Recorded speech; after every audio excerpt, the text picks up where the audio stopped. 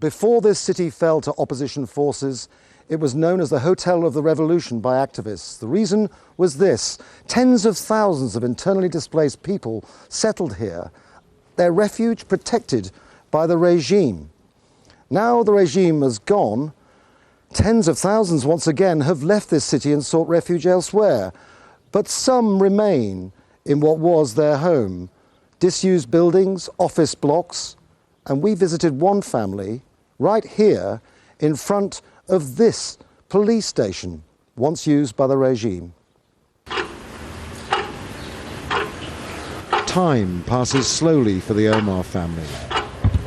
They've been without a home for more than a year. But for Amina's grandchildren, it feels like a lifetime. A disused office is the family home now. One room. An old television is the only luxury. Mayada's 5 children are allowed to watch cartoons. It's one of the few distractions from what goes on outside.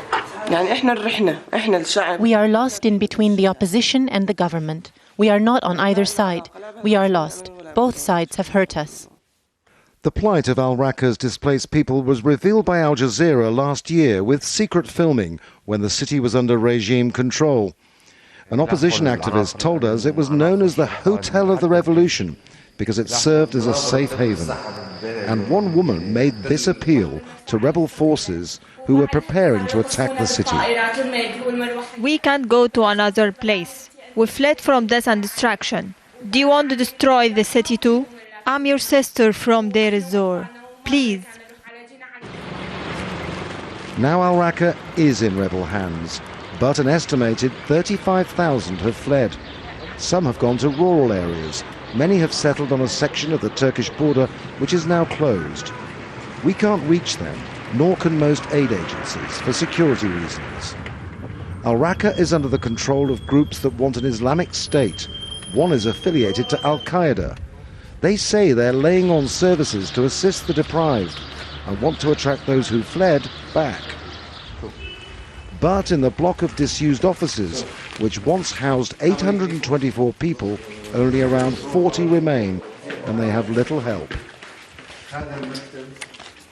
The Omars have to borrow to get basic foods. The father travelled back to Deir ez-Zor, only to find his business, a food store, had been destroyed in a bombing. That was 2 weeks ago. He hasn't been in touch since. This is yet another anxious family with a missing father. The biggest thing that I miss is my dad.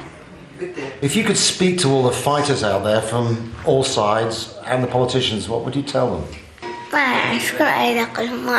I have nothing to say to them. I want to spit on both sides. The words of a 9-year-old girl, and it's fair to say she probably represents millions of them all over Syria in this conflict. Her plight isn't as bad as many of them. No one knows the numbers.